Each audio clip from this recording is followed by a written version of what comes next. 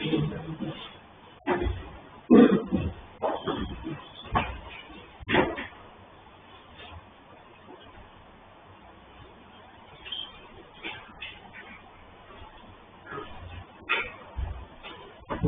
Plate पे high है ऐसा कुछ हो गया था हमारा, क्या आगे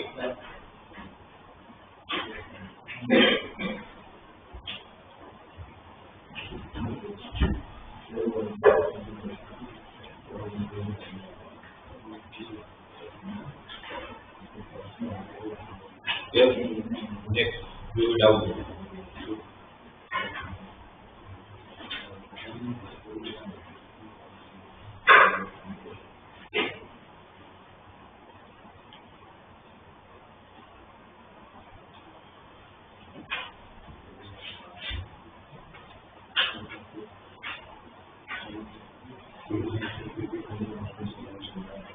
तो भी नहीं है।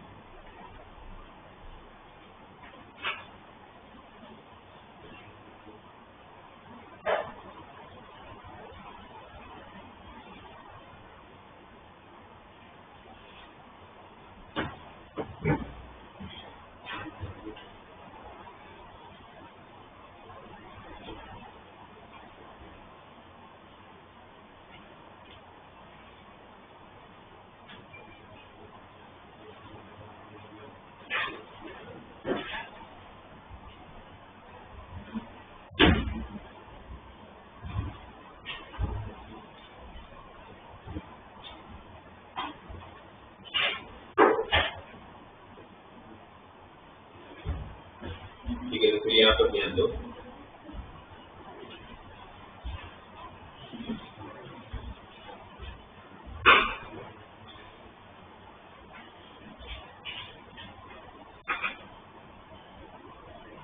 ये आप लोगों से मैं मान के चल रहा हूँ, तो आप लोगों को कोई डाउट नहीं है, अब होगा नहीं, तो आप लोगों ने किया नहीं इसलिए डाउट नहीं है। कर लिए सारे, कोई डाउट नहीं है, सारे बन गए थे पीछे से।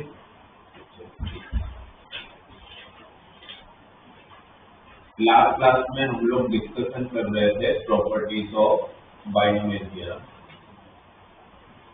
उसमें हमने चार प्रॉपर्टी डिस्कस किया था, कौन कौन सा था?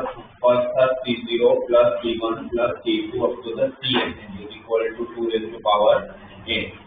सेकेंड प्रॉपर्टी था alternate time, C0 minus C1 plus C2 minus C3, इसका आंसर था 0, राइट।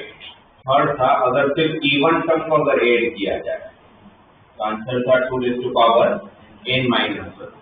सिर्फ फोर्थ टर्म को अगर ऐड किया जाए तो आंसर था हमारा वापस 2 raise to power n minus 1। फिर फिफ्थ था A0 C0 प्लस A1 अगर मुझे कोएफिशिएंट दे रखा हो, अगर मुझे कोएफिशिएंट दे रखा हो और अगर C0 C1 C2 C3 up to the Cn अगर AP में हो, तो इसका मैंने डायरेक्टली आपको बताया था A0 plus an into 2 raise to power n minus 1। ये 5 स्टैंडर्ड हो, अगर इसमें कुछ भी आएगा डायरेक्टली यूज कर लो। और अगर कुछ अलग टाइप की सीरीज आए तो मैंने बोला था आप लोगों को सिग्मा के टर्म में कन्वर्ट कर लो, और सिग्मा के टर्म में कन्वर्ट करने के बाद आपको कोएफिशिएंट को एलिमिनेट करवा लेना। वो एलिमिनेशन आप लोगों को समझ में आना चाहिए, तो मैंने लास्ट क्लास में क्वेश्चन भी बताया था, इसमें R² को हम लोग ने हटा दिया, राइट। बिकॉज जब तक कोएफिशिएंट हटेगा नहीं तब तक आप इसमें कोई प्रॉपर्टी है, अगर ये प्रॉपर्टी यूज करना है तो कोएफिशिएंट नहीं होना चाहिए। तो जब तक वो कोएफिशिएंट नहीं हटेगा तब तक आप ये प्रॉपर्टी यूज नहीं कर पाओगे, ठीक है। तो एक ये प्रॉपर्टी हम लोगों ने लास्ट क्लास में डिस्कस किया। अब अगर हम लोगों का ऐसा है कि भाई NC0 का स्क्वायर प्लस NC1 का स्क्वायर प्लस NC2 का स्क्वायर और ये हमारा NCn के स्क्वायर लग जा रहा है, और मुझे पूछा था कि इसका आंसर क्या होगा। NC0 का स्क्वायर प्लस NC1 का स्क्वायर प्लस NC2 का square up to the NCn का स्क्वायर का आंसर क्या होगा। इसको तो हम सोल्व ही नहीं कर पाएंगे, हमारे पास प्रॉपर्टी है ये। अच्छा यहाँ पर बाइट पर n तो है, यहाँ लिख नहीं रहा हूँ, तो NC0 से लेके NCn का एडिशन कितना है 2 रेज़, बट वहां पर तो स्क्वायर है, तो हम ये तो नहीं बोल सकते ना कि इंडिविजुअल स्क्वायर इसका भी स्क्वायर कर लो, पूरे का होल स्क्वायर हो तो बात अलग है, तो इंडिविजुअल टर्म का स्क्वायर है, तो उसको कैसे सोल्व करो? हमें पता है कि हमारी सारी प्रॉपर्टीज किसके एक्सपांशन से बनी? ये सारी प्रॉपर्टी बनाने के लिए हमने कौन से एक्सपांशन को यूज किया था? 1 plus x raise to n के एक्सपांशन यूज किया, तो उसमें हमने x को 1 माइनस 1 सब पुट करके सारी प्रॉपर्टी, आपकी सारी प्रॉपर्टी, जब भी प्रॉपर्टी रिलेटेड क्वेश्चन आएगा तो आपकी सारी प्रॉपर्टी एक ही एक्सपांशन से बना है, और वो एक्सपांशन कौन सा है? 1 plus x raise to power n, 1 plus x raise to n। इसका एक्सपांशन क्या होता है? nc0 into x raise to 0, फिर nc1 x raise to 1, nc2 x raise to 4, ये कहाँ तक जाता है? ncn into x raise to n तक। इसके एक्सपांशन में nc0 का स्क्वायर का मतलब क्या होगा? nc0 दो बार चाहिए, तो आएगा ही नहीं इसमें, nc0 एक ही बार आ सकता है, राइट? तो मुझे nc0 का स्क्वायर चाहिए, इट मींस कि मुझे और एक एक्सपांशन चाहिए, राइट? इसलिए हम क्या करेंगे, इसी एक्सपांशन को वापस लिखेंगे, बट बस इतना कर लेते हैं, 1 प्लस एक्स की जगह पर अपने x प्लस 1 कर लेता हूँ। बात एक ही है, 1 प्लस एक्स बोलोगे, x प्लस 1 बोलोगे, बोलो क्या फर्क पड़ता है? कोई फर्क नहीं पड़ता, बट एक्सपांशन को तो फर्क पड़ता है। मैं 1 प्लस एक्स बोलूँ या x प्लस 1 बोलूँगा, आंसर सेम होगा, बट जब उसका एक्सपांशन करूंगा तो फर्क पड़ेगा। कैसे फर्क पड़ेगा? यहाँ पर आपका x का पावर इंक्रीज हो रहा था, यहाँ पर आपका x का पावर डिक्रीज होगा, तो हम क्या करेंगे? nc0 इंटू एक्स का हाईएस्ट पावर, फिर nc1 इंटू एक्स का पावर और एक डिक्रीज, फिर nc2 इंटू एक्स का पावर और एक डिक्रीज, और चलता रहेगा। कहाँ तक चलेगा? सबसे लास्ट में x का पावर कितना हो जाएगा? 0, राइट? अब अगर मुझे nc0 का स्क्वायर चाहिए, मतलब nc0 बेसिकली दो बार चाहिए, nc1 भी दो बार चाहिए, nc2 भी दो बार चाहिए, तो हम क्या करेंगे? ये एक्सपांशन और इस एक्सपांशन को हम लोग मल्टीप्लाई कर लेते हैं, क्योंकि nc0 का स्क्वायर या nc0 दो बार या nc1 दो बार या nc2 दो बार, ये सब तो तभी आएगा जब आप लोग ये दोनों एक्सपांशन को मल्टीप्लाई करो। अगर मैं इन दोनों एक्सपांशन को मल्टीप्लाई कर लूँ, फर्स्ट रिजल्ट और सेकंड रिजल्ट को, मतलब फर्स्ट एक्सपांशन और सेकंड एक्सपांशन को, तो यहाँ पर क्या हो जाएगा? 1 प्लस बेस के में पावर तो क्या होगा? एडिशन, तो n प्लस n 2n। अब जब यहाँ पर मल्टीप्लाई करोगे तो ये nc0 into x raise to 0 इन सब के साथ मल्टीप्लाई हो रहा होगा, राइट? बट मैं सिर्फ वही लिख रहा हूँ जो मुझे चाहिए। मुझे कौन चाहिए? nc0 का स्क्वायर चाहिए, तो ये इसके साथ मल्टीप्लाई होगा, तो nc0 का square into x raise to n हो जाएगा, फिर ये इन सब के साथ भी मल्टीप्लाई होगा, पर मुझे काम नहीं है तो मैं लिख नहीं रहा हूँ। ये जो मैंने डॉट डॉट डॉट कर रखे सारे, ये इसके साथ मल्टीप्लाई होगा तो वो सारे टर्म चाहिए, बट मैंने लिखा इसलिए नहीं है क्योंकि मुझे उसकी जरूरत है नहीं, राइट? फिर मैं यहाँ पहुंचा, जब मल्टीप्लाई करूँ तो ये भी सबके साथ मल्टीप्लाई होगा, तो ये जब इसके साथ मल्टीप्लाई होगा तो क्या बनेगा? nc1 का होल स्क्वायर और x का पावर 1 और x का पावर n माइनस 1, x का पावर n, और उसको छोड़ के भी उसने सबके साथ मल्टीप्लाई किया होगा। ये बाकी सारे टर्म के साथ भी मल्टीप्लाई हो रहा है, पर मुझे काम नहीं तो मैं लिख नहीं रहा हूँ, वो ये सारे टर्म है। फिर मैं यहाँ पहुंचा, ये इसके साथ मल्टीप्लाई होगा, तो क्या होगा? nc2 का इंटू एक्स का पावर, फिर वो भी काफी सारे टर्म के साथ मल्टीप्लाई होगा, ऐसे चलता रहेगा। जब मैं आगे बढ़ते जाऊंगा तो एक बार यहाँ पर भी पहुंचूंगा, ये भी सबके साथ मल्टीप्लाई होगा, बट आपको कौन चाहिए? ncn का, तो ncn का होल स्क्वायर, मतलब ये जब इसके साथ मल्टीप्लाई होगा तो क्या आया होगा? ncn का whole square into x raise to n, और इसको छोड़ के बहुत सारे और भी टर्म है। मैंने सिर्फ वही टर्म लिखा है जो मुझे चाहिए, और आप एक चीज और नोटिस करोगे तो जो आपको चाहिए ना, उन सब में से x raise to n common है, ये सारे में से कौन कॉमन है? तो अगर वो सबको साथ में लेके x raise to n common ले लो तो अंदर कौन बचेगा? nc0 का स्क्वायर प्लस nc1 का स्क्वायर प्लस nc2 का स्क्वायर, कहाँ तक? ncn का होल स्क्वायर, और फिर बाकी सारे जो एक्स्ट्रा टर्म है जो हमने लिखे ही नहीं तो है वहां पर। तो अब इनडायरेक्टली मतलब क्या होगा? अगर मुझे इसकी वैल्यू फाइंड करनी तो ये क्या है आपका? एक्स रेज़ टू n का कोएफिशिएंट है, इसकी वैल्यू आपको फाइंड करनी है, वो कौन है? एक्स रेज़ टू n का। एक काम करते हैं, अगर मुझे वैल्यू चाहिए तो मैं दोनों side x raise to n के कोएफिशिएंट को इक्वेट कर लेता हूँ। इसका एक्सपांशन का जनरल टर्म, एक्सपांशन का जनरल टर्म क्या होगा? c of r plus 1 equal to 2ncr into 1 का पावर नहीं लिख रहा हूँ, 10 का पावर r। आपको किसका कोएफिशिएंट चाहिए? x रेज़ टू n का। x रेज़ टू n का कोएफिशिएंट चाहिए, r को क्या रखोगे? n। तो अगर r को अगर n यहाँ रखा तो यहाँ पर भी r को n रखोगे। इसमें कि मैं जब coefficient of x raise to n equate करूंगा तो मुझे अपनी सीरीज का आंसर मिल गया। nc0 का स्क्वायर प्लस nc1 का स्क्वायर प्लस nc2 का square up to the ncn का स्क्वायर। तो आंसर कितनी पर हो जाएगा? 2n dn। x raise to n का कोएफिशिएंट जो है मैंने दोनों साइड इक्वेट किया, r को n रखा तो यहाँ पर क्या मिल गया? 2n dn। तो ये आपकी और एक प्रॉपर्टी आई। nc0 से लेके ncn का एडिशन आप लोगों का 2n होता है, बट उनका स्क्वायर का एडिशन करोगे तो आंसर कितना हो जाएगा? 2n dn। आंसर कितना हो जाएगा आप लोगों का? 2n dn, right.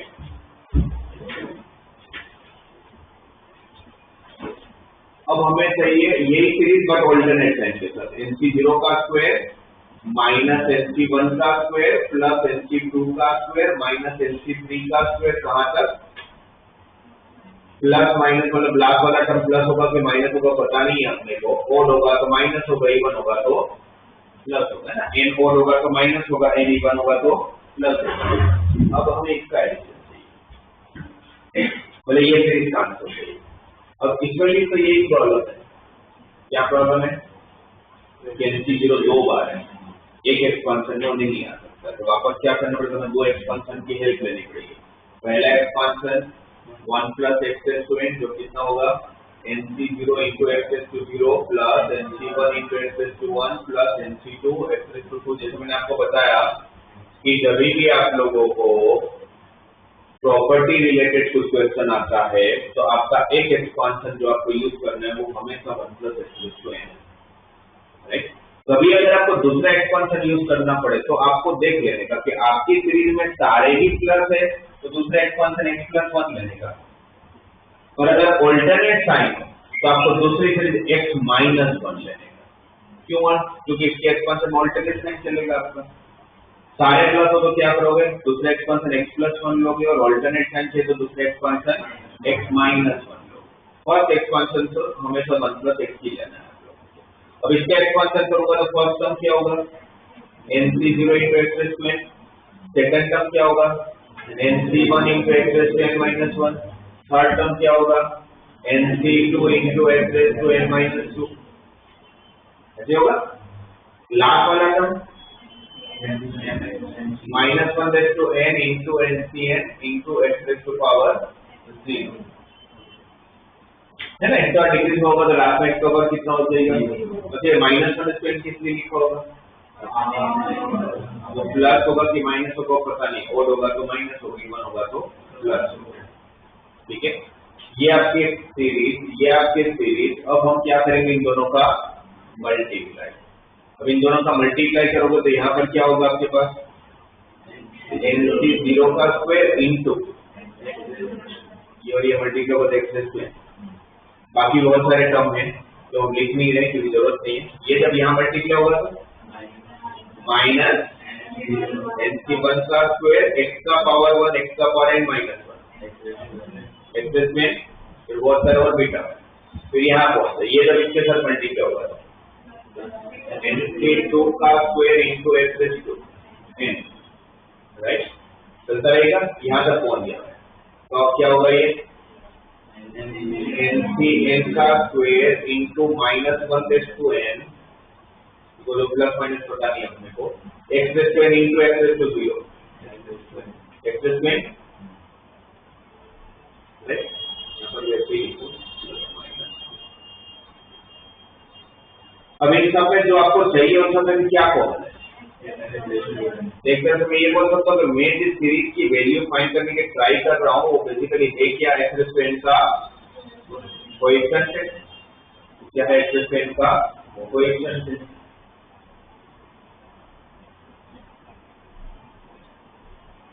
तो मुझे basically x raise to n का कोएफिशिएंट है। इसका जनरल टर्म लिख लेते हैं। क्या होगा इसका general term? t of r plus 1 equal to, अच्छा सॉरी पहले तो इन दोनों का मल्टीप्लाई करके फिर जनरल टर्म लिखेंगे। इस पर इसका मल्टीप्लाई करोगे तो अब पावर में है बेस अलग अलग है, बेस का मल्टीप्लाई तो x plus one into X minus one, x plus one into X minus one, X square minus base two power इसका general term T of equal to X square का power और minus one का power correct,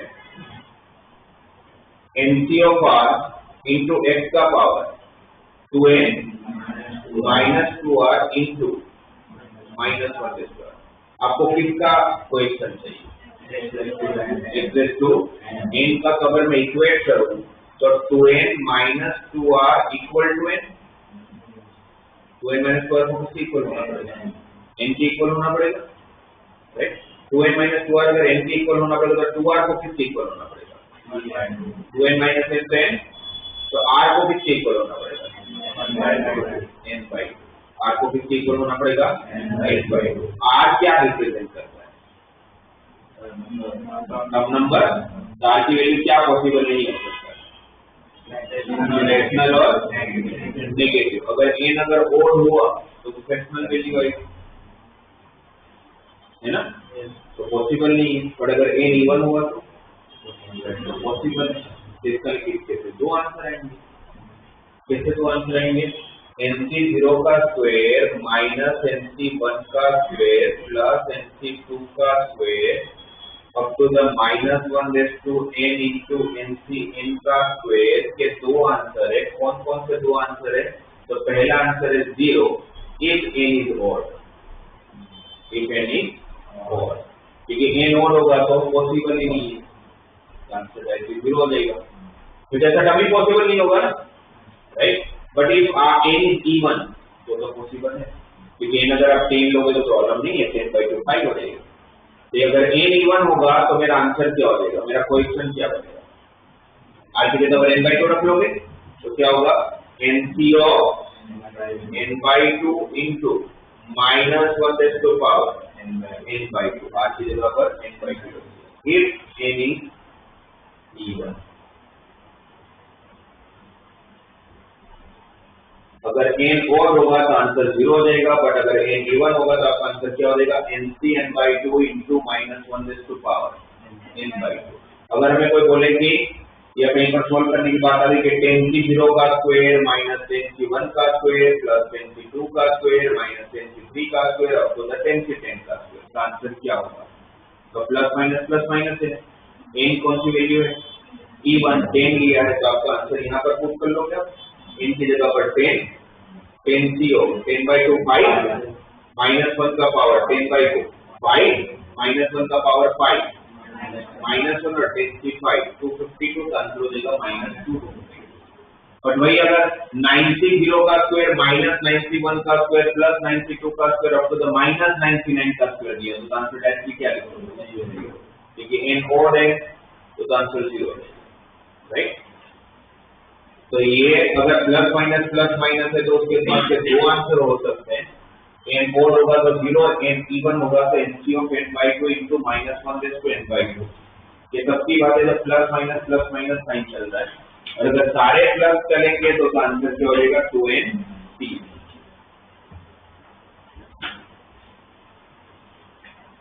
तो ये दोनों property लिख लो।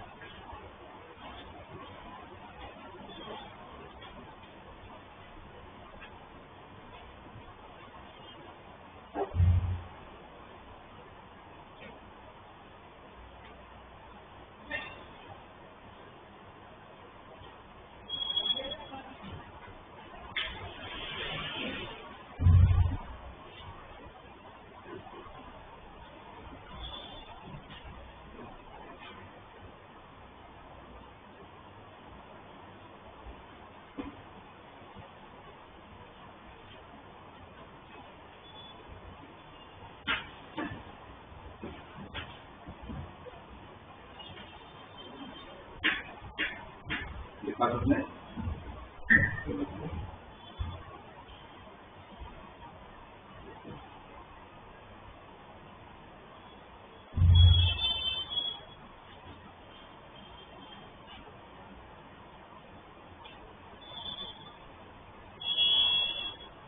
तो ये तो प्रॉपर्टी हमारी आई थी, स्टैंडर्ड प्रॉपर्टी होगी और हर बार सिमिलरली कैसे ही फॉर्म में देंगे आप लोगों को। इसको मैं आप लोगों को और एक वैसे करना समझाता हूँ।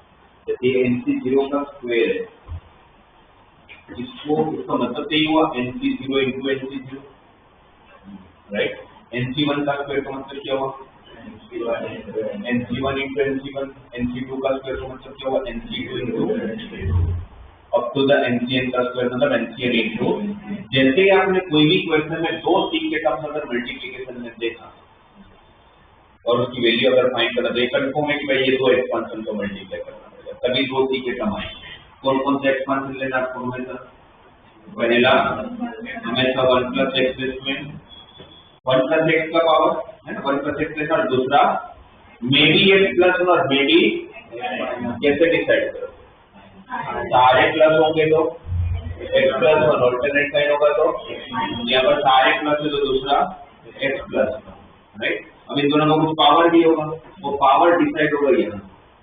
अब ये भी जरूरी नहीं है कि हर बार ये दोनों सेम ही देते, एक बार हो सकता है 15 दे, एक बार हो सकता है 10 दे, वो कुछ भी दे सकता है, राइट। वो पावर यहाँ से डिसाइड होगा। तो जैसे इसमें ये पावर n है, इसमें पावर n है, वो सेम भी हो सकता है और अलग अलग भी हो सकता है, ठीक है, राइट। अब इन दोनों का मल्टीप्लाई होने वाला है। अब इन दोनों का मल्टीप्लाई होगा तो क्या बन जाएगा? ये बेस भी सेम है, पावर भी सेम है, तो बेस सेम है तो पावर का एडिशन हो जाएगा, तो 1 प्लस एक्स का पावर 2 है। इसके एक्सपांशन में आप किसी का तो कोएफिशिएंट ढूंढ लो, किसका, वो आपको पता चलेगा नीचे से। ऊपर से आपको पावर पता चलता है, इसके एक्सपांशन में आप किसका कोएफिशिएंट फाइंड करने की ट्राई कर रहे हो वो पता चलता है यहाँ नीचे से। नीचे से कैसे पता चलेगा? आप हर टर्म में ये दोनों का एडिशन करोगे ना, वो हमेशा सेम ही आता होगा, वो हमेशा सेम आता होगा। जैसे आप देखो बराबर हो तो नहीं आ रहा है, 0 प्लस 0 0 हो रहा है, 1 प्लस 1 2 हो रहा है, सही बात, अभी तो नहीं आ रहा है। बट क्या मैं इसे NC0 को NCN लिख सकता हूँ? कौन सी property? NC of R equal to NC of n, तो मैं NC1 को क्या लिख सकता हूँ? NC of n minus 1। NC2 को क्या लिख सकता हूँ? NCN को क्या लिख सकता हूँ? अब आप एडिशन करो, 0 plus x n 1 plus n minus 1 n 2 plus n minus n n plus 0, अरे वो आई गया, वो हमेशा आएगा। देखिए आप इसके एक्सपांशन में coefficient of x raise to n, इसका मतलब ये है। और फिर से कोएफिशिएंट ढूंढना कैसे होता है आपको पता है, इसका जनरेटर लिख लेंगे और फिर अगर x रेज़ टू n का कोएफिशिएंट ढूंढ रहा हूं तो r की जगह पर n कर लूंगा, r की जगह पर n रखूंगा तो मेरा आंसर क्या हो जाएगा 2n c। तो आप लोगों को फाइंड करना है एक बार किसी क्वेश्चन अप्लाई करके।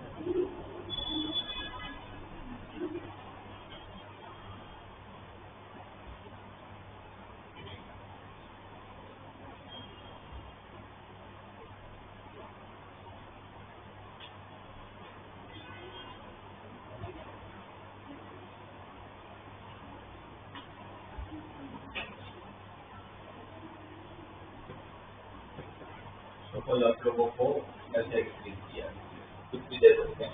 और जैसे आपने देखा कि दो सी के टर्म्स अगर मल्टीप्लाई में है तो आपको समझ ही जाना है, जिसमें बताया कि भाई दो एक्सपांशन का मल्टीप्लाई करना है, राइट। कौन कौन से एक्सपांशन? तो पहला हमेशा 1 प्लस एक्स, दूसरा हमेशा नहीं, दूसरा हमेशा तो नहीं, डिपेंड करेगा, प्लस एक की सारे टर्म प्लस एक की ऑल्टरनेट साइन है, पर इसमें सारे प्लस है तो एक्स प्लस। अब इनका कोई पावर होगा, वो पावर डिसाइड होगा इसमें। तो यहाँ पर पावर 30 दिया हुआ है, यहाँ पर पावर 20 दिया, तो पूरा मिलकर कितना हो गया 1 प्लस एक्स का पावर 50, पूरा मिलकर कितना हो गया 1 प्लस एक्स का पावर 50। किसकी एक्सपांशन आप किसी का तो कोएफिशिएंट ढूंढ लो, किसका कोएफिशिएंट ढूंढ लो वो पता चलेगा आपको नीचे। इनका एडिशन हमेशा आप लोगों का सेम आना चाहिए। अगर पहले से सेम दिया है तो कोई टेंशन नहीं है, अगर सेम नहीं दिया है तो सेम बनाना पड़ेगा, उसको हेल्प करेगा कौन बनाने में? Nc of r equal to nc of n minus r. तो उसके हिसाब से अगर मुझे 20 से 15 को लिखना तो मैं क्या लिख सकता हूँ?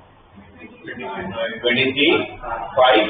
अगर ये 23 5 हो गया तो फिर जैसे हो गया 30 से 30 इंटू 23 5, ये क्या होगा? 30 से 29 इंटू 23 6, ये क्या होगा? 30 से 28 इंटू 23 7, और सबसे लास्ट में क्या होगा? 30 से 15 इंटू 20।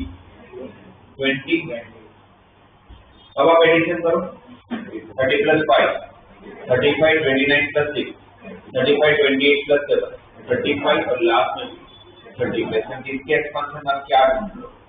वही एक्स रेज़ टू पावर 35। और वो तो कैसे ढूंढूंगा? इसका जनरल टर्म लिख लूंगा। क्या होगा इसका general term? Nc of r, 1 का पावर लिखने की जरूरत नहीं है, एक्स का पावर आर। आप किसका क्वेश्चन ढूंढते हैं? 35 का, तो यहाँ पर आर की जगह पर क्या रखेंगे? 35। तो क्या हो जाएगा आपका आंसर? 35। तो पूछे कि इसका आंसर कितना होगा? बोलेगा 35। या तो फिर हो सकता है कि ये आंसर नहीं देखे उन लोगों ने 53 करेक्ट। इसी में मान लेते हैं यही सेम क्वेश्चन है बट ऑल्टरनेट साइन दे रखा है, प्लस माइनस प्लस उसका माइनस इधर से चलता है, तो फिर आपके आंसर को क्या फर्क पड़ेगा? तो फिर उसके लिए क्या करोगे? अगर ऑल्टरनेट साइन होगा तो पहला एक्सपांशन 1 प्लस एक्स का, दूसरा एक्सपांशन एक्स माइनस 1 का। उस 1 प्लस एक्स का पावर क्या लोगे? 30। एक्स माइनस 1 का पावर क्या लोगे? 20। करेक्ट। अब यहाँ पर 1 प्लस एक्स का पावर 30 है और एक्स माइनस 1 का पावर 20 है। तो फिर अब पावर अगर सेम होता तो बेस का क्या करता मैं? मल्टीप्लाई कर लेता। बेस का क्या करता मैं? मल्टीप्लाई करता। तो इस केस में डायरेक्टली मल्टीप्लाई नहीं हो पाएगा बिकॉज बेस अलग अलग है, बेस अलग अलग है, राइट। तो फिर ठीक है, नहीं हुआ तो कोई बात नहीं, ये मल्टीप्लाई हुआ। किसका कोएफिशिएंट फाइंड करो? वो हमने देख लिया था, जैसे हमने चेंज किया था तो हमें पता चल गया था 30 प्लस 5 35 है ना। तो इसके एक्सपांशन आप क्या ढूंढ लो? Coefficient of X raise to power 35। अब इसके एक्सपांशन अगर एक्स रेज़ टू 35 ढूंढो तो दोनों का जनरल टर्म ले लेते हैं। किसका general term? Nc of r x raise to power r, इसका जनरल टर्म।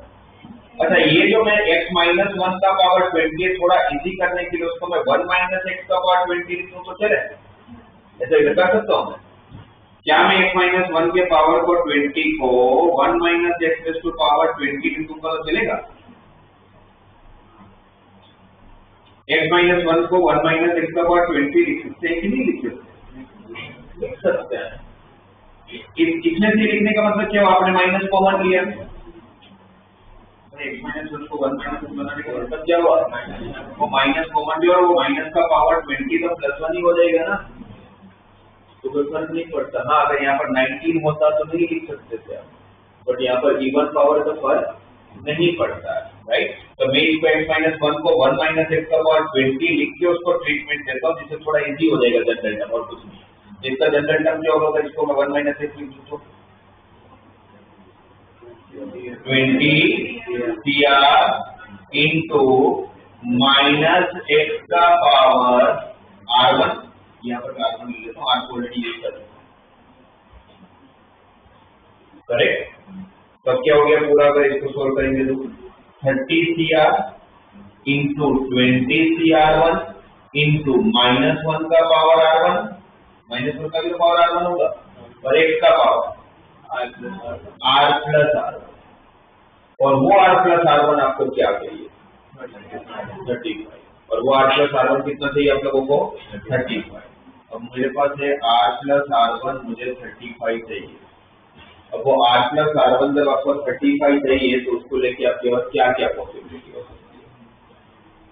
पहली, R को मैं 35 रख सकता हूँ, नहीं ले सकते, क्योंकि हाईएस्ट पावर ही कितना चल रहा है, तो R ना तो 30 से ज्यादा होगा और ना तो R1 20 से ज्यादा होगा, है ना। उसके बीच में जो भी केसेस आप बना सकते हो, तो जैसे क्या क्या केस बनेगा, R चालू कहाँ मैक्सिमम कहाँ तक जा सकता है 30 तक, तो उससे R1 कितना होगा 5, ये पॉसिबिलिटी है ना, तो 35 की पॉसिबिलिटी हो सकता है, राइट। R 30 और R1 5, राइट। R की फिर उसके बाद की वैल्यू 29, उसके बाद 6, 28, 7, ये सीरीज कहाँ तक जाएगा, आपकी R1 मैक्सिमम कहाँ तक जा सकता है 20 तक, तो ये कहाँ तक जा सकता, ये कहाँ तक जा रहा होगा 50, है ना। इतनी पॉसिबिलिटी बनेगी। अब वो सारी पॉसिबिलिटी को अगर मैं लिखता हूँ तो क्या हो जाएगा मेरा coefficient of x to power 35, तो नॉर्मली ये इतना बड़ा आता नहीं है, बट अगर आ भी गया तो ठीक है। अगर x टू 35 का अगर कोएफिशिएंट फाइंड करना है तो क्या हो जाएगा, सारी पॉसिबिलिटी को वहां पर पुट कर लूंगा, यहाँ पर पुट करूंगा तो क्या होगा 30 से 30 इंटू 20 5,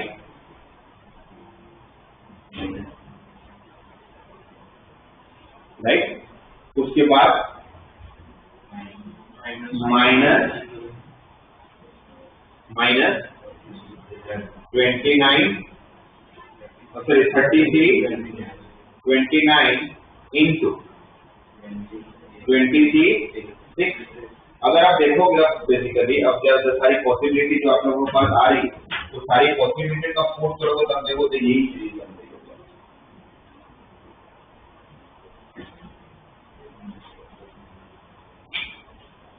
फर्स्ट टर्म बना,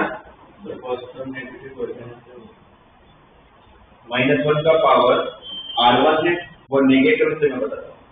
ये आप लोगों को समझ आएगी यहाँ तक, राइट। अब ये आप लोगों का क्वेश्चन था 33 into 23 of R1 into -1 to power R1। अब यहाँ पर R की जगह पर आपने रखा 30, तो 30 से 30 इंटू 23 5 और -1 का पावर 5, तो -1 का पावर 5, तो ये माइनस होगा, तो उसके बाद वाला टर्म प्लस हो जाएगा, राइट। उसके बाद माइनस क्या होगा 33, 28 प्लस में या माइनस में, माइनस प्लस में या माइनस में, तो क्या हो जाएगा 33, 28 इंटू 26 7। ये पूरा सीरीज जो होगा ना वो आपको देखो तो यही है, इसके बाद आपको दिखेगा प्लस माइनस का फर्क है। वो प्लस माइनस का फर्क इसलिए दिख रहा होगा आपको क्योंकि यहाँ पर हम लोगों का एक्सपांशन का ओरिजिनल एक्सपांशन हम कौन सी कहते हैं हमेशा x -1, हमने क्या ले लिया था उससे 1 माइनस है ना, तो बेसिकली वो माइनस उसके लिए है। पर आप पूरा सोल्व करो वापस सेम ही आएगा, और जैसे हम बोला कि फिर इतनी बड़ी सीरीज को तो सोल्व नहीं कर पा रहा हूँ, तो नॉर्मली देंगे वो आपको ऐसे एक्सपांशन देंगे कि जिससे इतने सारे केसेस ना बनते, या 2 केस बनता है 3 केस बनता है, तो जिसको आप सोल्व करोगे तो आंसर तुरंत आ जाता है। प्रोसीजर ध्यान में रखेंगे, जब भी 2 c के टर्म्स अगर मल्टीप्लाई में आए तो क्या करना है, जो एक्सपांशन को यूज करना है। कौन कौन सा एक्सपांशन होगा, फर्स्ट एक्सपांशन हमेशा 1 प्लस x का, दूसरा एक्सपांशन या तो x प्लस 1 या तो x माइनस 1, वो डिपेंड करेगा सारे टर्म प्लस है कि अल्टरनेट साइन। अगर सारे टर्म प्लस होंगे तो x प्लस 1 और अल्टरनेट साइन होगा तो x माइनस 1, उन दोनों का पावर पता चलेगा यहाँ, ठीक है। पावर पता चल गया, और फिर उसकी एक्सपांशन में आप किसी का कोएफिशिएंट ढूंढ रहे हो, किसका कोएफिशिएंट ढूंढ रहे हो, कैसे पता चलेगा? नीचे का एडिशन हमेशा सेम आना चाहिए। सेम दिया नहीं होगा मोस्ट ऑफ टाइम, तो सेम बनाना पड़ेगा, और बनाने के लिए हेल्प कौन करेगा अपने को? Nc of r equal to nc of n minus r वाली प्रॉपर्टी। वो किसी भी एक में यूज कर लोगे तो फिर आप देख लोगे तो सेम आ जाता है, जो भी आएगा उसका एडिशन, उसका कोएफिशिएंट आप लोग को ढूंढ के दे देना। क्लियर? राइट। और अगर स्टैंडर्डाइज भी आ जाए कोई, मुझे अगर डायरेक्टली इसी फॉर्म में दे तो फिर मैं ये सब नहीं करूंगा, तो फिर तो डायरेक्टली प्रॉपर्टी है, तो फिर डायरेक्टली प्रॉपर्टी है। बट जैसे मैं बोला कि हर बार तो डायरेक्ट फॉर्म आप लोगों को नहीं दिया जाएगा, तो अगर और कोई भी सी के टर्म्स अगर मल्टीप्लाई में दे दे तो आप लोगों को करने को पता चलना चाहिए।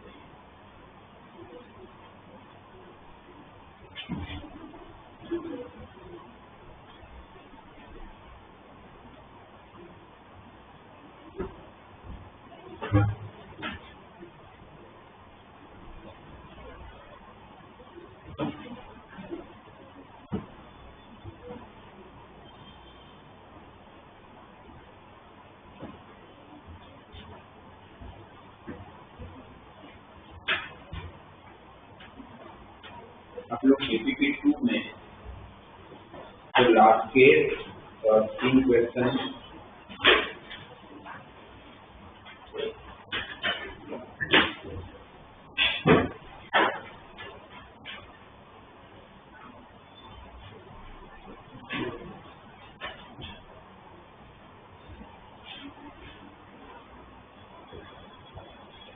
आप अगर फर्स्ट क्वेश्चन देखोगे 20 वाला क्वेश्चन में 19 तक हम लोग कर चुके थे, 20 वाला क्वेश्चन बाकी है। और जब फर्स्ट वाला अगर आप देखेंगे 2⁵15 के साथ क्या मल्टीप्लाई में दिया हुआ है? 30 से 0 इंटू 3615 माइनस 2⁴ के साथ क्या दिया हुआ है? 30 से 1 इंटू 29 से 14, फिर क्या दिया हुआ है? 2⁵13 के साथ 32 इंटू 28 ऐसे चल रहा है। और सबसे लास्ट में माइनस हो 30 से 15 इंटू 15 से 0, इसकी वैल्यू फाइंड करना। तो यहाँ पर 2 का पावर कितना होगा लास्ट टर्म में? 0। 2 का पावर कम हो रहा दिख रहा होगा आपको। और साइन कैसी है? Alternate, right. अभी तक कोई भी प्रॉपर्टी नहीं लगा सकते इसमें, ये सी के टर्म्स मल्टीप्लाई वाला भी नहीं लगा सकते, क्योंकि इसमें भी कोएफिशिएंट तो नहीं होना चाहिए। जो भी मैं आपको बता रहा हूँ उसमें कोएफिशिएंट थोड़ी ना होता है, तो इसमें तो है। तो अभी तो डायरेक्टली तो कोई प्रॉपर्टी या कोई मेथड नहीं लगेगा। तो हम लोग इसको थोड़ा सिंप्लीफाई करके देखते हैं कुछ हो रहा है क्या। 2⁵15 को हम कुछ कर नहीं सकते। 30 से 0 को आप अगर फॉर्मूला लिखोगे जैसे हो जाएगा 30 factorial divided by 0 factorial into 30 factorial. NCO five के अगर फॉर्मूला लगाता हूँ तो, और 30 से 50, अरे इसको तो चलो ठीक है, 30 factorial divided by 15 factorial into ये 30 फैक्टोरियल 30 फैक्टोरियल 0 फैक्टोरियल की वैल्यू 1, तो इतना बचा राइट। और ये किसकी फॉर्मूला है? 30 50, एक बचा क्या आपका 30 15। आप बोलोगे सर होता ऐसे ही बच रहा था एकदम से, 30 01 था तो 30 15 ही बचने वाला था, बट वो आगे भी इसी प्रोसीजर में चलना, इसलिए बस मैंने किया है 31 30 factorial divided bye 1 factorial into और 29 से 40 29 factorial divided bye 14 factorial into ये 29 फैक्टोरियल कैंसल, क्या बचा 30 factorial divided bye 14 factorial into 15 factorial, इतना भी रहा है।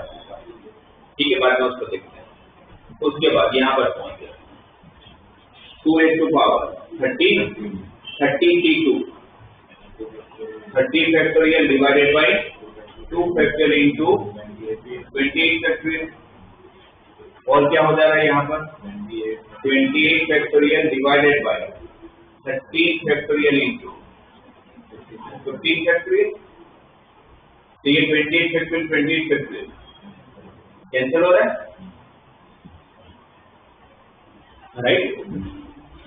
अब इसी तरह से आप लोग आगे बढ़ते जाओगे तो सबसे लास्ट में minus of 2 raised to power 0 into 30C15 30C15 मतलब क्या हो जाएगा 30 factorial divided by 15 factorial into वो 15 से 0 की वैल्यू 1 होता है तो उसको लिख ही नहीं रहा राइट। अब ये जो बचा है आपके पास ये वैल्यू कितनी है 30 से 15 लास्ट में भी क्या बच रहा है 30C क्या में बाकी सारे जो भी टर्म है आपके पास ये 30 factorial by 14 factorial into 15 factorial उसको क्या मैं 30 से 15 बना सकता हूँ कैसे बनाएंगे 30 से 15 अगर बनाना है क्योंकि दो टर्म अगर 30 से 15 अगर सब में अगर 30 से 15 अगर सारे बन जाए तो 30 से 15 को कॉमन ले पाऊंगा राइट। तो इसको आप कुछ ऐसा कुछ कर सकते हो जिसको 30 से 15 बन पाए तो कोई पॉसिबिलिटी है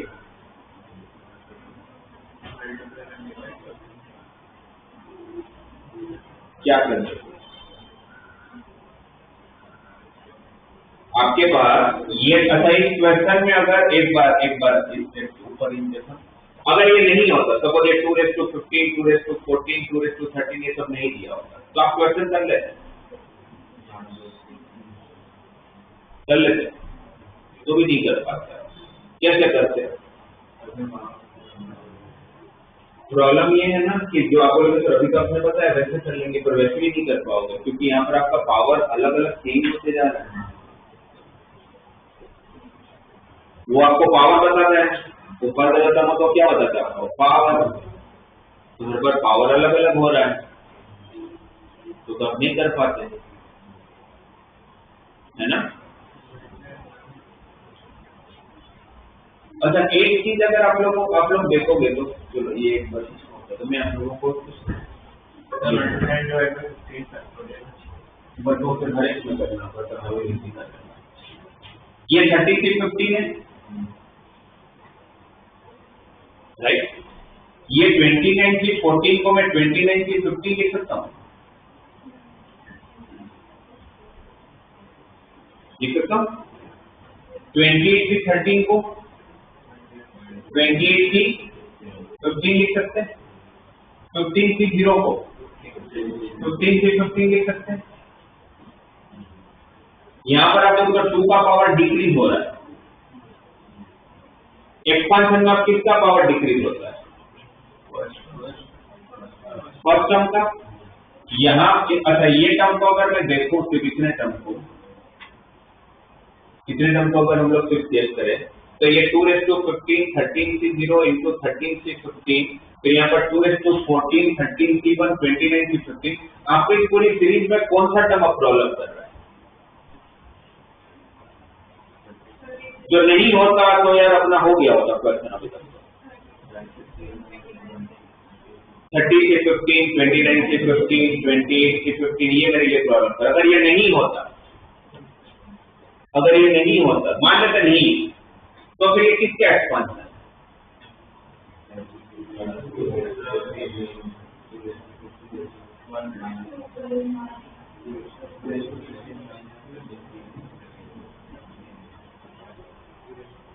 तो फिर किसका एक्सपांशन आपको दिखता है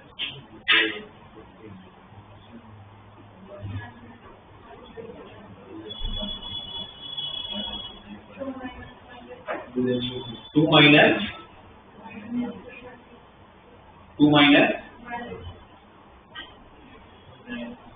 और उसमें फिर 2 माइनस 1 जैसे 30 से 0 30 से 1 वैसे आ रहा है तो 2 माइनस 1 से 30 होगा फिर 2 का पावर 30 से चालू हुआ होगा तो 2 का पावर कहाँ से चालू हो रहा है 15 से चालू हो रहा है।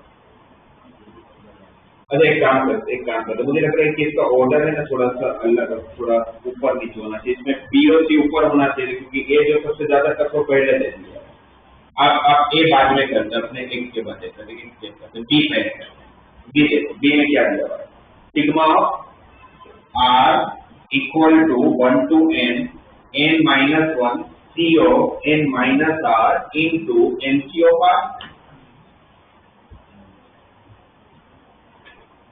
इसको सोल्व करके आप लोगों को क्या लगा 2n minus 1 c of n minus, आपको क्या लाना है 2n minus 1 c of n minus 1। अब ये c को अगर मैं हटाता हूं यहाँ पर पुट करना चाहूंगा तो फर्स्ट टर्म क्या होगा, c को हटाऊंगा n minus 1 c of into nc1, उसके बाद का term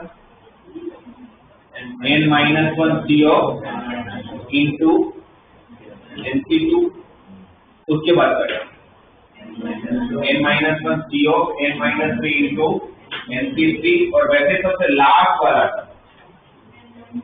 n minus 1 c 0, r की जगह पर n रखोगे तो 0 इंटू nc।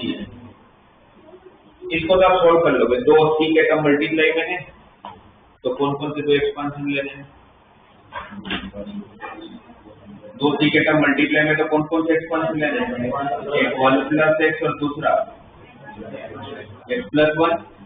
उस 1 प्लस x का पावर क्या लो n माइनस 1, और x प्लस 1 का पावर क्या लो, बेस सेम है तो पावर का एडिशन, तो 1 प्लस x का पावर 2n माइनस 1, और इसके एक्सपांशन आप किसका कोएफिशिएंट ढूंढ लो, यहाँ के एडिशन से पता चलता है वो सब जगह पर सेम आना चाहिए, कितना हो रहा है इसका एडिशन n, यहाँ पर तो काम ही होगी, तो आपको पूछा ही गया कोएफिशिएंट ऑफ एक्सेस पेन ढूंढना है, कोएफिशिएंट ऑफ एक्सेस पेन ढूंढना है, किसके एक्सपांशन, इसका general term P of r plus 1 is equal to 2n minus 1 CR into x raised to r, तो आपको किसका कोएफिशिएंट चाहिए, तो यहाँ पर r की जगह पर क्या रख लोगे n, तो अगर r की जगह पर n रखोगे तो आपका 2n minus 1 c of n, 2n minus 1 c of n, तो इसका फिर का आंसर कितना है 2n minus 1 cn, क्या आंसर है 2n minus 1 cn, बट उन्होंने उस फॉर्म में नहीं दिया है, तो आप कौन सी प्रॉपर्टी लगाओगे, nc of r equal to nc of, अगर वो अप्लाई करोगे तो क्या हो जाएगा 2n minus 1 c of, इसमें से इसको सब्ट्रैक्ट करोगे, इसमें से अगर इसको सब्ट्रैक्ट करोगे तो क्या बचेगा 2n minus 1 माइनस n, तो क्या रह जाएगा n minus 1 हो जाएगा,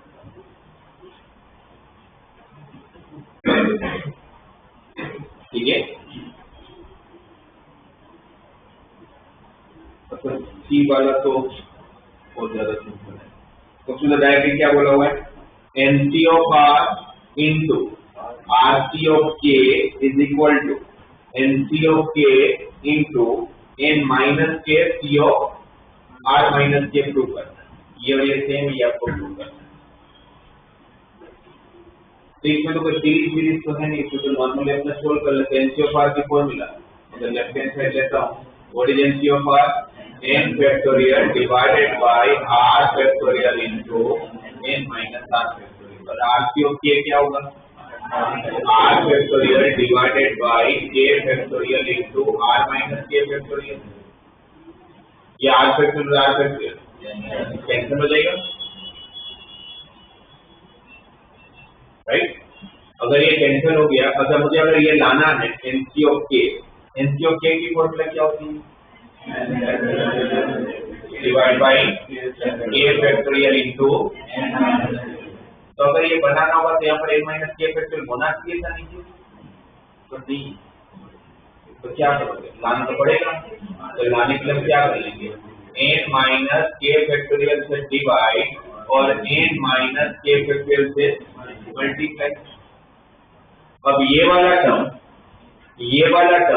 और ये वाला टर्म को साथ में लोगों तो n factorial divide by k factorial into n minus k factorial किसकी फॉर्मूला है nc ऑफ k की फॉर्मूला, कौन से तीन टर्म बचे ये और ये किसकी फॉर्मूला है, ये तीनों किसकी फॉर्मूला बन रही है n minus k c of n minus r। अब देखो ना, ऊपर n माइनस k फैक्टोरियल आ गया, नीचे n माइनस r फैक्टोरियल आ गया, और फिर इसमें से इसको सब्ट्रैक्ट करोगे n और n का क्या बचेगा r माइनस k, वो इस nc of r की फॉर्मूला भी अप्लाई हो रहा है n माइनस k फैक्टोरियल है ना, इसमें अगर nc of r वाले फॉर्मूला लगाओ तो यही तो आएगा तीनों, और वही इसमें डायरेक्ट हम आरएचएस को एक्सपेंशन में सोल्व कर सकते हैं।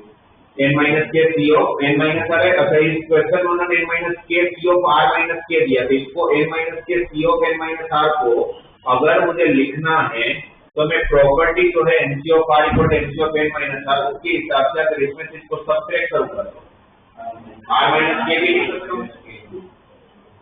सही है, जो आपको प्रूव करना है। ये तो क्या मैं LHS से डायरेक्ट RHS किया।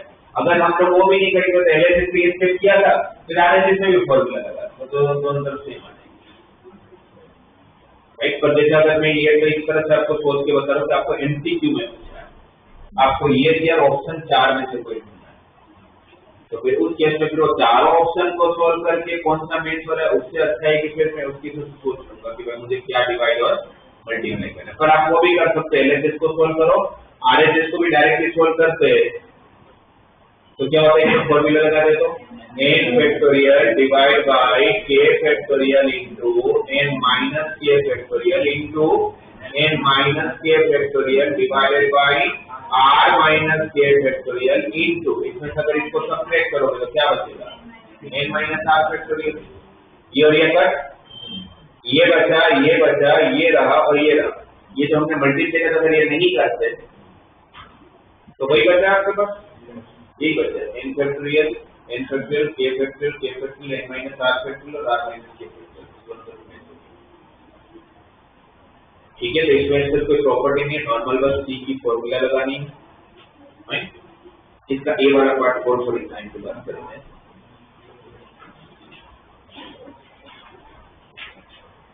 अब जो मैं आप लोगों को बता रहा हूँ ये क्वेश्चन आप लोग निकालो।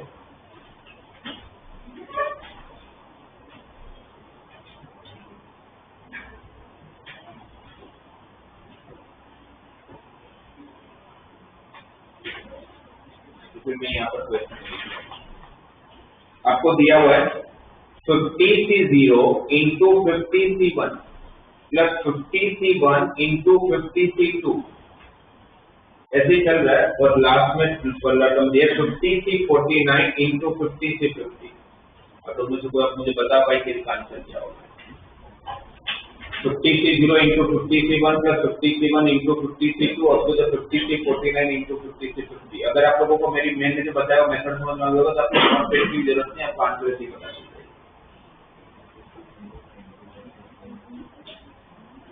कौन से दो एक्सपांशन है ये, एक 1 प्लस x और दूसरा x प्लस 1, दोनों का पावर 50, तो पूरा मिलके 1 प्लस x का पावर 100, किसका कोएफिशिएंट ढूंढा जा रहा है, x प्लस 2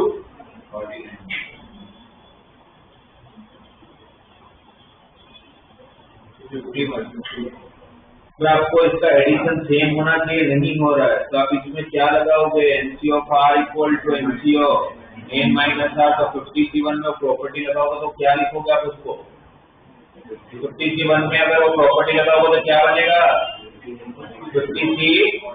50C2 क्या बनेगा, 50C50 क्या बनेगा, 50C0, राइट। तो आपने 49 की जरूरत नहीं, तो सही है। तो आप किसका कोएफिशिएंट, इसका एडिशन कितना हो रहा है, 49 ही हो रहा है, तो किसका कोएफिशिएंट ढूंढ रहे हो आप इसमें, कोएफिशिएंट ऑफ x प्लस 2 49, इसका जनरल टर्म क्या होगा,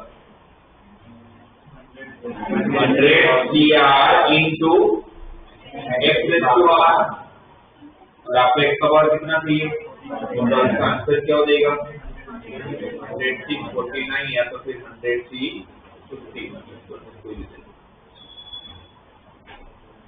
ठीक है, ये सेम क्वेश्चन अगर ऑल्टरनेट नहीं होता, अभी सारे प्लस है तो प्लस माइनस, तो आपको क्या फर्क पड़ता है, एक 1 प्लस x का पावर 50 और दूसरा x माइनस 1 का पावर 50, तो पावर सेम है तो बेस का, तो क्या हो जाएगा, x स्क्वायर माइनस 1 का पावर 50, इसका general term d of r plus 1 equal to 50CR x square का power 50 minus r into minus 1 का पावर r। आपको किसका कोएफिशिएंट ढूंढना है, x रेज़ टू 49 का, तो 50 माइनस r, अच्छा ये x का पावर अभी कितना हो रहा है 100 माइनस 2r, उसको 50 इक्वल होना है 49 से इक्वल होना है, 49 इस तरफ देगा तो 100 minus 49 is 51 equal to 2r, तो r इक्वल टू पॉसिबल है इसका आंसर कितना हो जाता होगा 0, ये टर्म पॉसिबल नहीं है, ठीक है।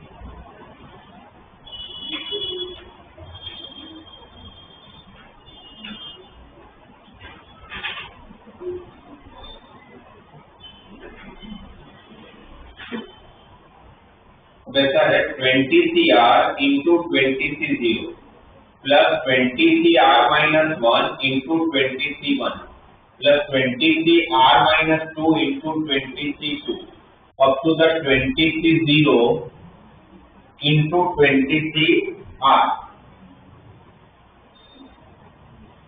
ये सीरीज दिया हुआ है। पूछा गया है कि अगर इसको मैक्सिमम होना है तो R की वैल्यू क्या होगी, सीरीज के आंसर को मैक्सिमम होना है तो r की वैल्यू क्या होगी। पहले तो मुझे बताओ कौन से दो एक्सपांशन है, 1 प्लस x का पावर 20 और दूसरा तो दोनों का मल्टीप्लाई करूंगा तो 1 प्लस x का पावर 40, उसके एक्सपांशन में आप किसका coefficient x raise to r उसके एडिशन से भी दिया हुआ है, इसका कोएफिशिएंट ढूंढ लो x रेज़ टू r, इसका general term 40CR into x raise to, और आप कोएफिशिएंट भी किसका ढूंढ लो x रेज़ टू r का, तो इसका आंसर ही कितना दिया 40CR, पूरे का आंसर ही कितना दिया, उसको मैक्सिमम r को क्या होना पड़ेगा, मिडिल टर्म तो मैक्सिमम होता है, क्यों, क्योंकि NC of R equal to NC of N minus R, तो जो सबसे बड़ा दिखता है अपने को 40C40 वो सबसे छोटा होता है, तो सबसे बड़ा कौन सा होगा, जो मिडिल टर्म होगा, तो 40C20 R को क्या होना पड़ेगा 20। तो ये C वाला समझ आ गया, 2C के टर्म आएंगे तो क्या करना है,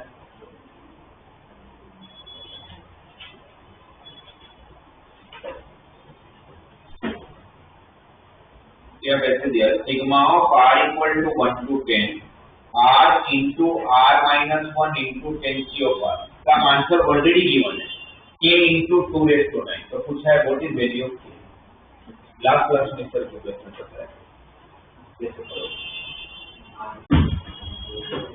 सिग्मा है तो किसको हटाने की ट्राई करना पड़ेगा, r और कैसे हटाओ, कौन हेल्प करेगा, NC of R, तो NC of R की फॉर्मूला लिखेंगे, NC of R की फॉर्मूला मतलब 10C of R की formula 10 factorial upon R factorial को लिखना है तो क्या लिखो R माइनस 1 इंटू याद है ना, ये कैंसिल, अगर नीचे दो टर्म डिक्रीज किया, दो टर्म कम किया तो ऊपर भी दो टर्म डिक्रीज करना पड़ेगा, तो 10 फैक्टर को क्या लिखोगे 10 9 इंटू 8। अब R की वैल्यू, अच्छा ये किसकी फॉर्मूला बन गई, ये 90 बाहर आ गया सिग्मा के, इसकी फॉर्मूला बन गई 80 ऑफ R माइनस 2, अपने टर्म्स को डिक्रीज किया तब R 1 से तो चालू हो ही नहीं सकते, 1 रखोगे तो 1 माइनस 2 माइनस, अगर R अब चालू कहाँ से होता होगा 2 से, R चालू कहाँ से होता होगा 2 से, कहाँ तक जाएगा 8 से, 2 से रखना चालू करोगे तो क्या होगा 8C0 फिर 8C1 फिर 8C2 फिर 8C3 कहाँ तक 8C0 से लेके 88 का एडिशन कौन सी प्रॉपर्टी 2 रेज़ टू n वाली NC0 plus NC1 plus NC2 up to the NCn कितनी इक्वल होता है 2 रेज़ टू n। तो 80 से लेके 88 का आंसर कितना होगा 2 रेज़ टू 8। तो ये आंसर है। उन्होंने आंसर क्या दिया था k into 2 raised to 9। इसका है कि इसमें से आपको एक 2 को इसको देना पड़ेगा, तो इसको एक 2 दिया तो ये 45 होगा और इंटू मतलब ये का आंसर 45 है।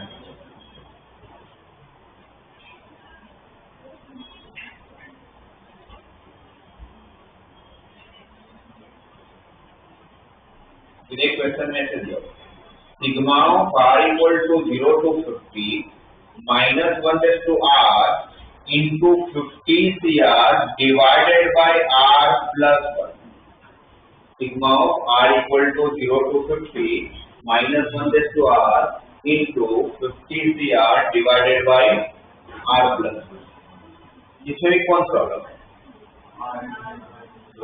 Divide by r plus. ये भी तो कोएफिशिएंट ही है डिवीजन में, ये जब तक घटेगा नहीं तब तक काम बनेगा। राइट, उसको हटाएंगे कैसे पहले तो। अच्छा इन सब में हेल्प तो कौन करता है एक ही आदमी कर सकते हैं कौन 50 उसकी formula 50 factorial divided bye r factorial into. तो क्योंकि ये ऑलरेडी डिवीजन में तो कैंसिल तो नहीं करवा सकते, मल्टीप्लाई में तो कैंसिल करवा भी सकते हैं, तो डिवीजन में तो आप इसके साथ जोड़ तो सकते हो। इसको जोड़ोगे तो क्या हो जाएगा r प्लस इसका आपने एकदम इंक्रीज कर लिया तो फिर ऊपर भी एकदम इंक्रीज करना पड़ेगा, ऊपर एकदम इंक्रीज करना पड़ेगा। 50 फैक्टोरियल में एकदम इधर इंक्रीज करना है तो 51 मल्टीप्लाई करना पड़ेगा, 51 मल्टीप्लाई कर तो 51 से डिवाइड भी करना पड़ेगा। सही है, इसको क्या लिख लिया होगा आपने r प्लस 1 फैक्टोरियल, इसको क्या लिख दिया होगा तब ये क्या बन रहा है sigma of r equal to 0 to 50 1/51 ऐसे माइनस 1 का पावर r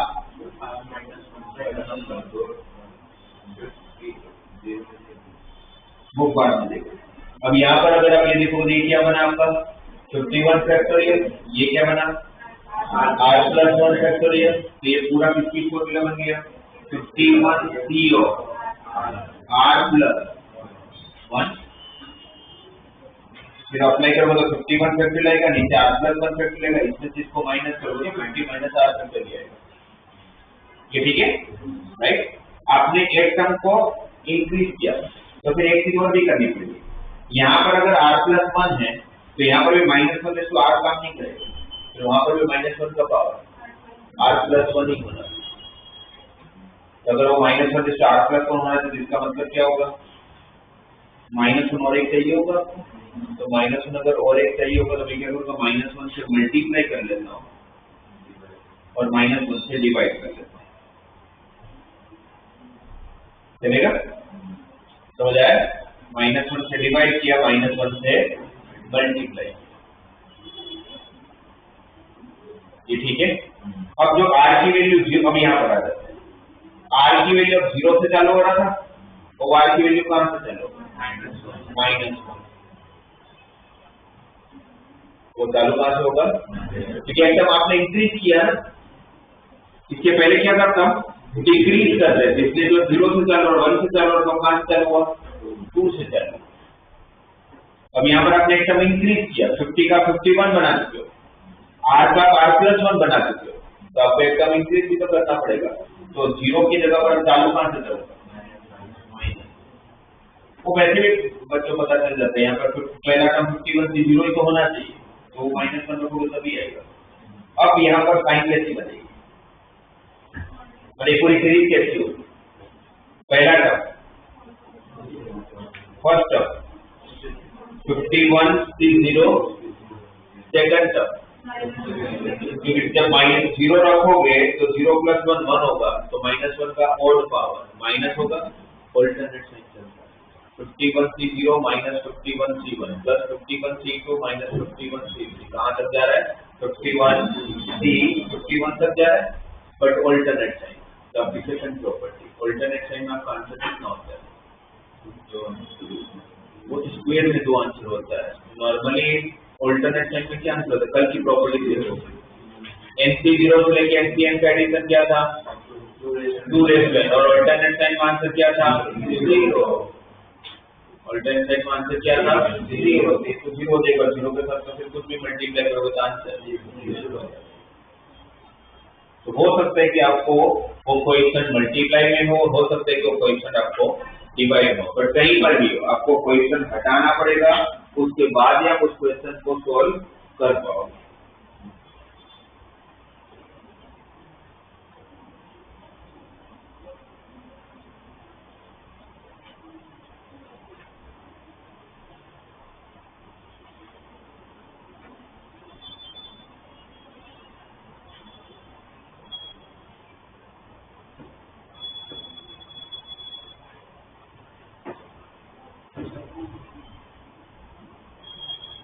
इसके आंसर चेक करते हो, थोड़ा सा डाउट है।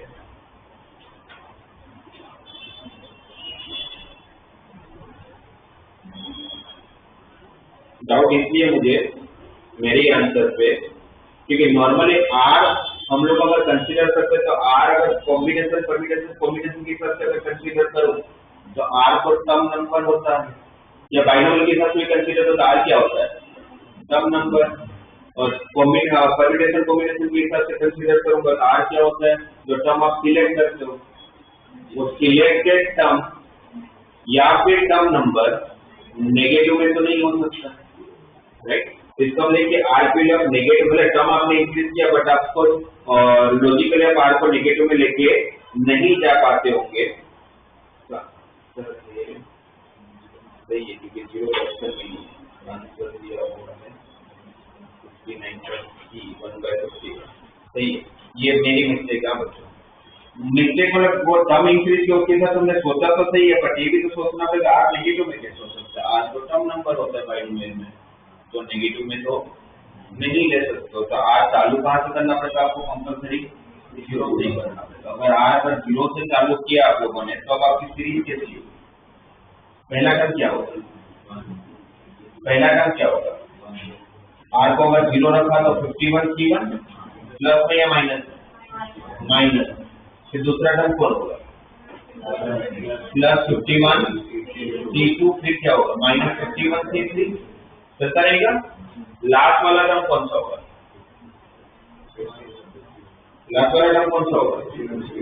51 माइनस में 51C51। और वाले सारे 1 3 ये सब नेगेटिव बना रहे हैं। अब आपके पास जो सेकंड वाली प्रॉपर्टी है, ये जो भी हमारे पास प्रॉपर्टी है लास्ट क्लास में डिस्कस, तो सारे चालू कहाँ से होने चाहिए? NC0 से चालू होने चाहिए। कहाँ से चालू होने चाहिए? NC0 से चालू। तो वो टर्म मिसिंग है, तो मैं प्रॉपर्टी नहीं लगा पाऊंगा। तो मैं क्या करूँगा? अगर वो प्रॉपर्टी लगाना होगा तो मुझे 51C0 ऐड करना पड़ेगा। तो अगर मैं अपनी तरफ से 51C0 अगर ऐड कर रहा हूँ तो सामने 51C0 माइनस भी तो करना पड़ेगा। मैंने 51C0 क्यों ऐड किया? जिससे मैं प्रॉपर्टी यूज करता हूँ। अब अगर मैं यहां से लेके अगर यहां तक अगर प्रॉपर्टी अगर यूज करता हूं तो इसका आंसर 0। ऑल्टरनेटिव का आंसर क्या था?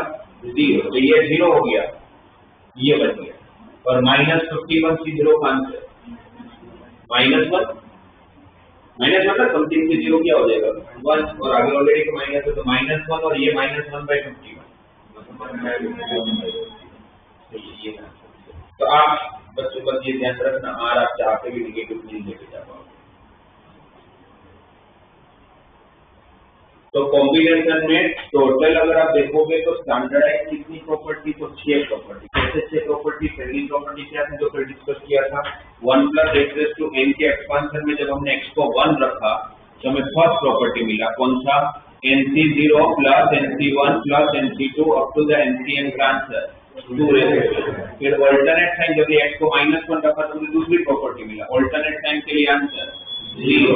थर्ड दोनों को ऐड किया तो ओड मिले जिसका answer 2 raise to power n minus 1, जिस सब्ट्रैक्ट किया तो इवन मिले उसका भी answer 2 raise to n minus 1। फिर क्वेश्चन के साथ अगर दे दिया जाए a0 c0 plus a1 c1 plus a2 c2 up to the an cn, और ये सारे क्वेश्चन अगर AP में होते a0 plus an into 2 raise to power n minus, a0 plus an into 2 raise to power n minus, right. और आज जो दो प्रॉपर्टी डिस्कस किया nc0 का स्क्वायर प्लस nc1 का स्क्वायर प्लस nc2 का स्क्वायर अप टू ncn का square, उसका आंसर 2ncn, उसका आंसर 2ncn। और स्क्वायर में अगर ऑल्टरनेट साइन है तो दो पॉसिबिलिटी कौन कौन सी, और हो तो 0 और इवन हो तो nco n/2 into -1 raised to power n/2 if n is an even, ठीक है। और अगर ये स्टैंडर्ड टाइप ना दिया जाए और ही कुछ दे दिया जाए तो फिर आप लोगों को क्वेश्चन सोल्व करने का मेथड भी बताया कि दो सी के टर्म अगर मल्टीप्लाई में आ जाते हैं तो आपको दो एक्सपांशन को यूज करना है। पहले एक्सपांशन हमेशा 1 प्लस x वाला, दूसरा एक्सपांशन या तो x प्लस 1 या तो x माइनस 1, सारे प्लस होंगे तो x प्लस 1, अल्टरनेट साइन होगा तो x माइनस 1, उसका पावर वो एक ऊपर से पता चलेगा, वो सेम भी हो सकता है अलग अलग, तो उसके एक्सपांशन में आप किसका कोएफिशिएंट फाइंड करो, वो कहां से पता चलेगा, नीचे के एडिशन से, वो हर टर्म के अंदर सेम आना चाहिए। अगर दे रखा हो तो बहुत अच्छी बात है, नहीं दे रखा हो तो कौन सी प्रॉपर्टी का यूज करें, ठीक है। और बाकी इस तरह के क्वेश्चन आते हैं जिसको कोएफिशिएंट हटाना होगा, कोएफिशिएंट है तो हटाना पड़ेगा, उसके बाद ये प्रॉपर्टी यूज करते हैं, क्लियर। आप लोगों को बाइनोमियल थ्योरम में और सिर्फ नेगेटिव इंडेक्स वाला मुझे बताने, बाकी ऑलमोस्ट मैं सब बता चुका हूं। नेगेटिव इंडेक्स के क्वेश्चन वैसे बहुत कम आते हैं, तब आप लोग एक बार ये सारे क्वेश्चन करना चालू करो। डीपीटी तो दोनों हो ही गए, फ्री अभी नहीं करना, आपको फ्री में बात करवाना। आप लोग अब इसका PYQ अब करना चालू कर दो। नेक्स्ट क्लास में हम लोग इसके फर्स्ट लेवल 2 का मतलब PYQ में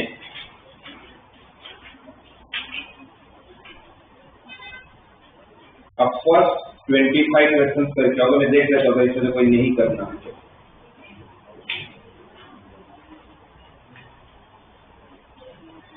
थर्ड वाला छोड़ देना, 8 वाला छोड़ देना,